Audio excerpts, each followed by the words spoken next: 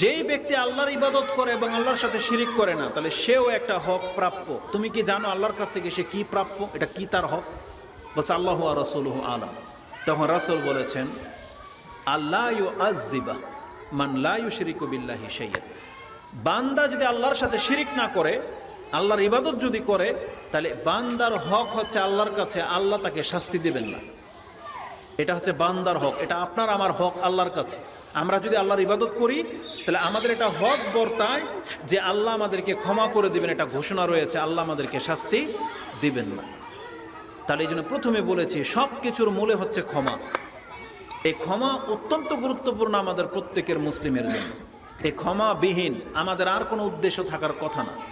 কারণ আমরা এই পৃথিবীতে সৃষ্টি হয়েছি, আমরা খুব কঠিন সিচুয়েশনের মধ্যে আছি। আমাদেরকে এখন শুধু ক্ষমার রাস্তা খুঁজতে হবে যে কিভাবে আল্লাহ আমাকে ক্ষমা করবেন।